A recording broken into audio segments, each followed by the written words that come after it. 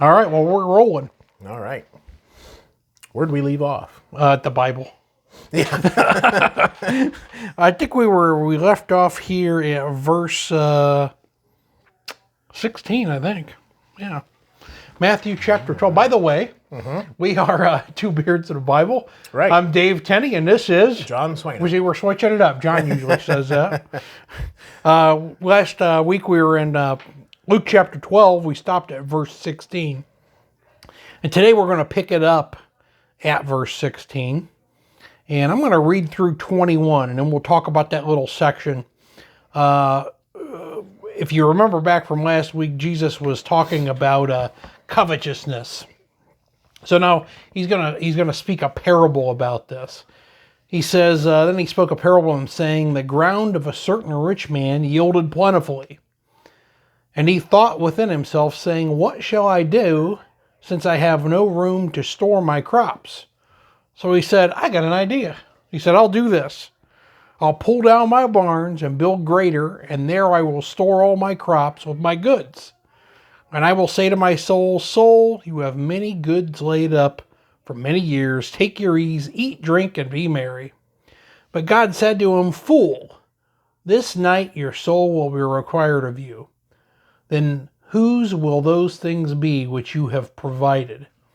So is he who lays up treasures for himself and is not rich towards God. Mm-hmm.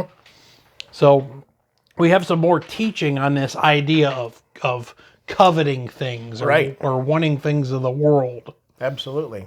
Yeah, I used last week, I used the example of the Egyptians and their tombs and how all their riches went to the grave robbers. I should have waited for this week. You should have waited for this week.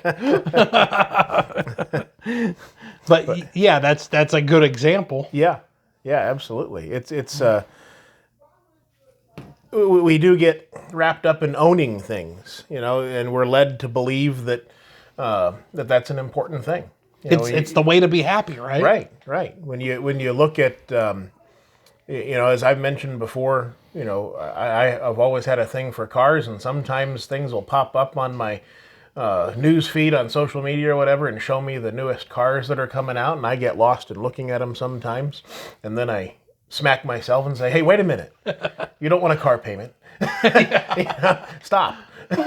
Your car works. My wife's been explaining to Megan, our daughter, about how interest works and amortization works for loans. And Megan's like, this is a ripoff. It is. I'm like, yeah, that's the way it works. It is, yeah. Bank's got to make money. Mm-hmm. But, this guy, what I always thought was interesting about this parable is this guy just doesn't build a new barn. He tears all the old ones down. Right. Now, that's pretty audacious to do that. Right. And am I, maybe it's a different account, but does he say he's going to take his ease? Yes, he does. He says, soul, you have many goods laid up for many years. Mm-hmm. Take your ease, eat, drink, and be merry. Yeah. So, and that's, exactly what mankind strives for. That time when you can retire and then go and take it easy. But, what is that, what good use is that? What's sad is in my office at work, I have a little piece of paper that says 3/20/32 because that's when I can retire.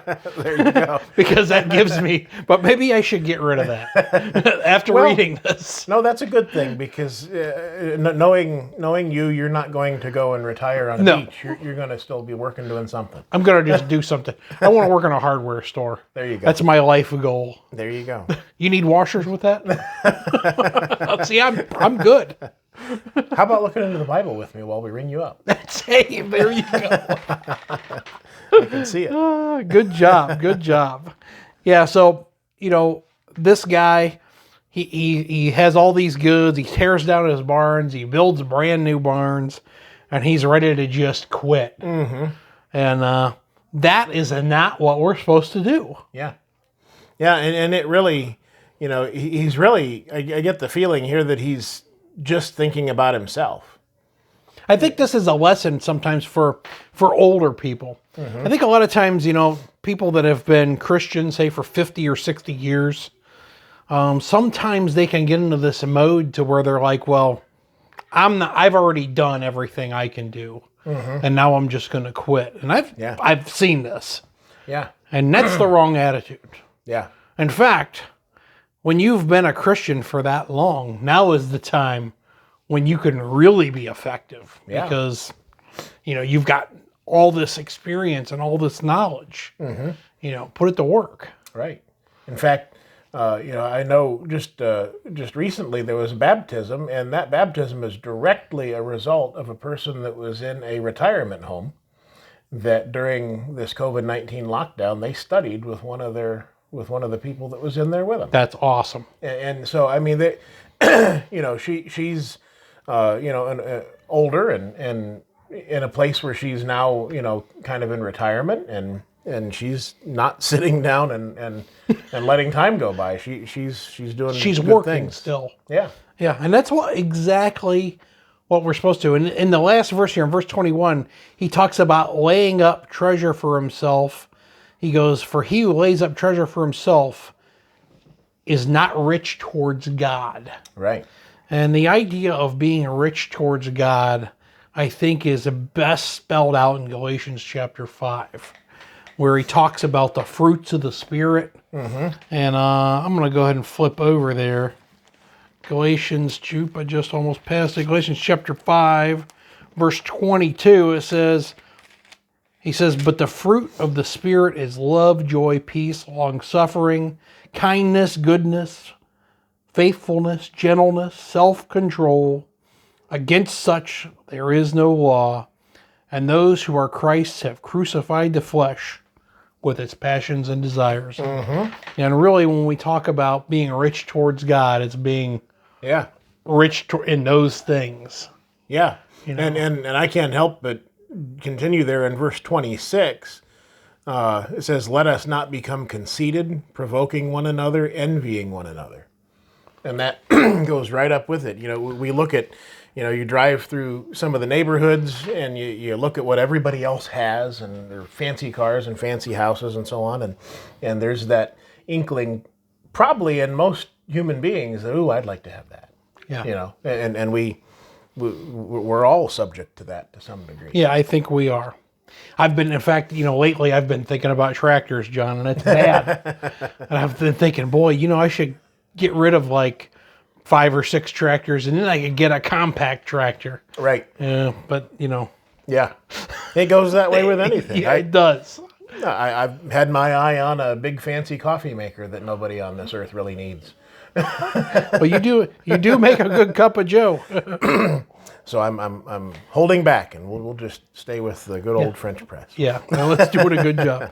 Well, Jen, you want to read? This is a big section here. He talks about worrying, and go ahead and read through verse 34. Okay, starting at verse 22. Then he said to his disciples, therefore I say to you, do not worry about your life, what you will eat, or about the body, what you will put on. Life is more than food, and the body is more than clothing.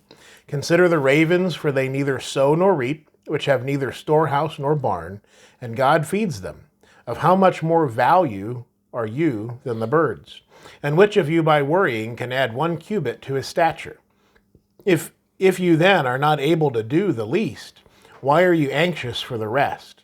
Consider the lilies, how they grow. They neither toil nor spin, and yet I say to you, even Solomon in all his glory was not arrayed like one of these. If then God so clothes the grass, which today is in the field and tomorrow is thrown into the oven, how much more will he clothe you, O you of little faith?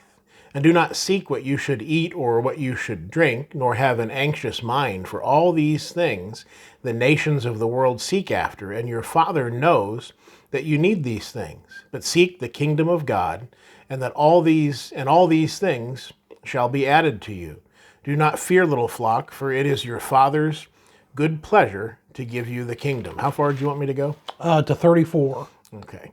Verse 33, sell what you have and give alms. Provide yourselves money bags which do not grow old, a treasure in the heavens that does not fail, where no thief approaches nor moth destroys. For where your treasure is, there your heart will be also. So Jesus, he does a lot of teaching, which we've started off with, and even last week we were talking about covetousness. And he kind of expands on this idea of being rich towards God and what that's all about.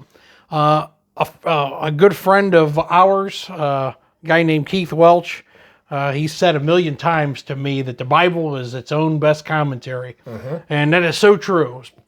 So we see that right here, where Jesus lays out something and then he spells out what he means by it. Yeah. He talks about worrying. How long's a cubit? From your elbow to the tip of your finger? Do you know how long your cubit is? No. I measured mine today. It's 20 inches. Okay.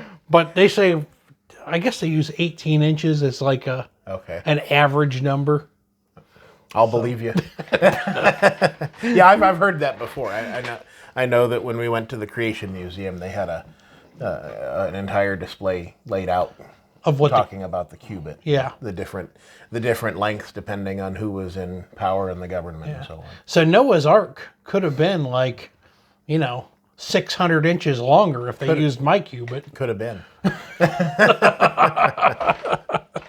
That's a big difference. Yeah. Yeah. So he talks about this idea of worrying. Mm-hmm. Is there any use to worry about something you can't control? Yeah, no. But we do an awful lot of it as human beings. Ultimately, and again, we keep coming back to this current situation with COVID. And a lot of this we can't control. No.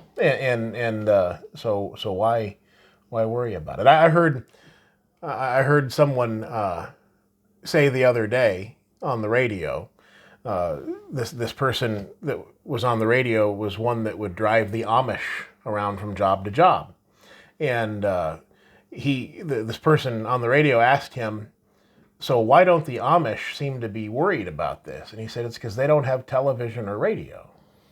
And so we spend our time thinking about all these things that can hurt us and kill us, but yet we've really got nothing to worry about if you have Christ. Yeah. Yeah, and I mean, especially in our society, and maybe it's been this way for a long time, but, we tend to let whatever's going on in the news or, just politics, they just get us all ramped up, and every time there's an election cycle, everybody's so worried about a certain thing, but, yeah, and that's personally something I have to guard against, because I tend to be a news junkie. If left to my own devices. Yeah, and I've been gotten sucked into that too. Yeah. But I always feel like this isn't a show about politics, but after I cast my vote, the way I figure is I've done all I can do. Yeah. And the chips are going to fall where they fall, and life's going to go on. It really goes back to perspective, as we've been talking about in the last few episodes. That it's where your heart is, and that's again, if we are in verse 21 there, if we lay up treasure for ourselves, we're not rich towards God. And that's definitely something for us to think about. I had a thought here, but let's see if I can recover it here. We're thinking about the birds and the lilies and so on, and I think about the bird feeders we have in our yard, and I've actually heard people say that I've got to feed the birds. What are they got? Poor deer's going to do out there this winter? They're going to figure it out, right? And they don't seem to be worried about it. When the snow was high and we didn't go out and put bird food in the feeder because we didn't want to trudge out there in the snow, the birds didn't come to the window and say, "Hey, what's going on?" They were able to continue. Before we had cats, we used to have lots of birds. Oh, okay. And then I think the birds, so I'd put the bird food out there, and the cats would like hide all in everywhere around those bird feeders, and we'd find dead birds all over. And now we don't have any birds. Right. So Something I underlined is after I was done reading there, in verse 29, and do not seek what you should eat or what you should drink, nor have an anxious mind. yeah, I think an anxious mind. don't worry about stuff. Exactly. Yeah, just people. Maybe you can think of somebody that that is just always anxious. They're always worked up about, their blood pressure is probably always through the roof because they're worried about everything. Yeah. It's going to snow tonight. They're never happy. Right. If you worry about everything, you can never be happy. Exactly. He references Solomon there.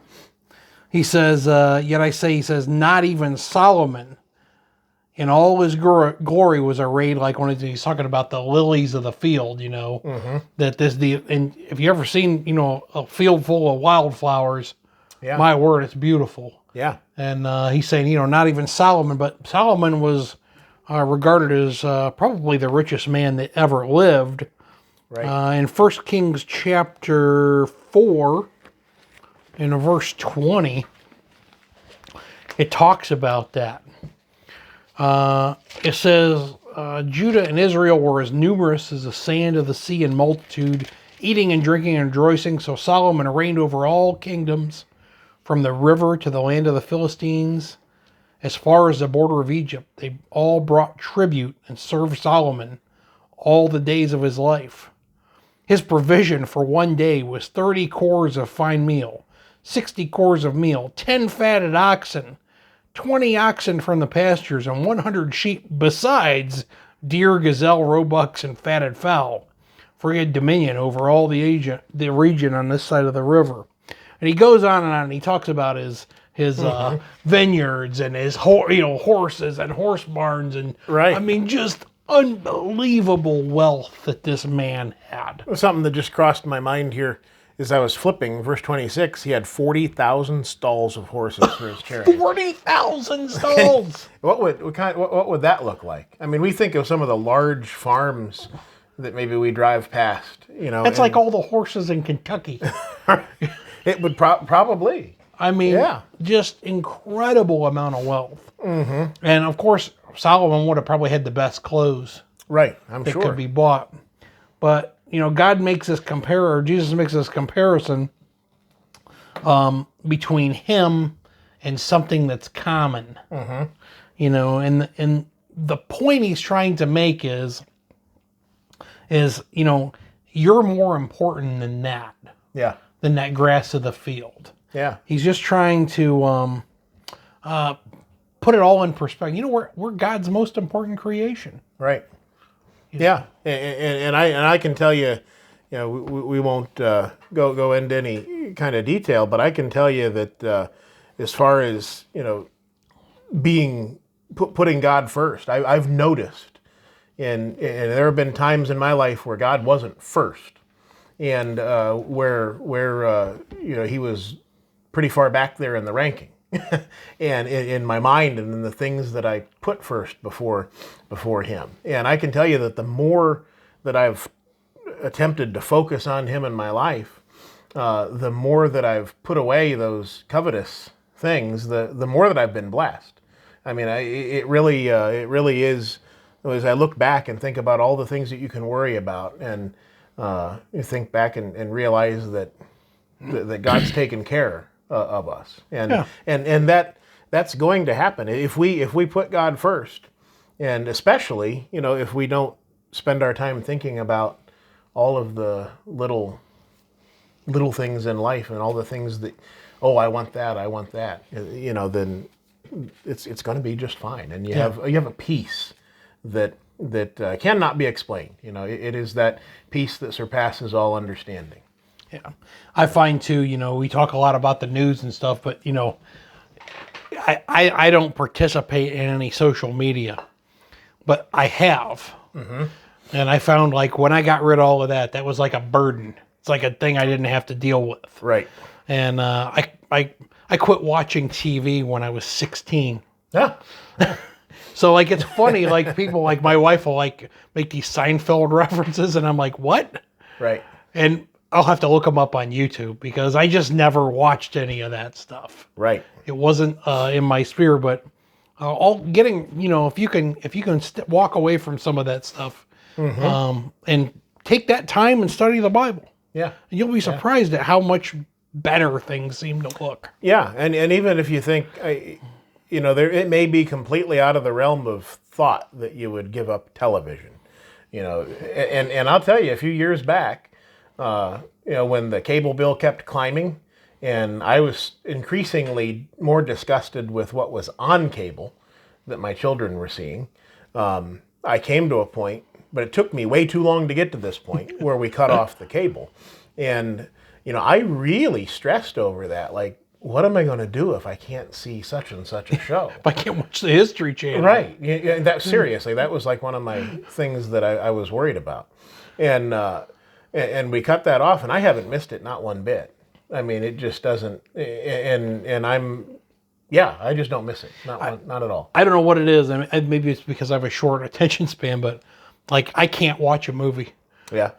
I can't sit through a movie. It's too hard for me. Yeah. But I can sit and study for 2 or 3 hours. Right. But I can't watch a movie. It's just it's just torture for me. I usually end up getting up at some point especially if it's one of those girl movies that your wife makes you watch.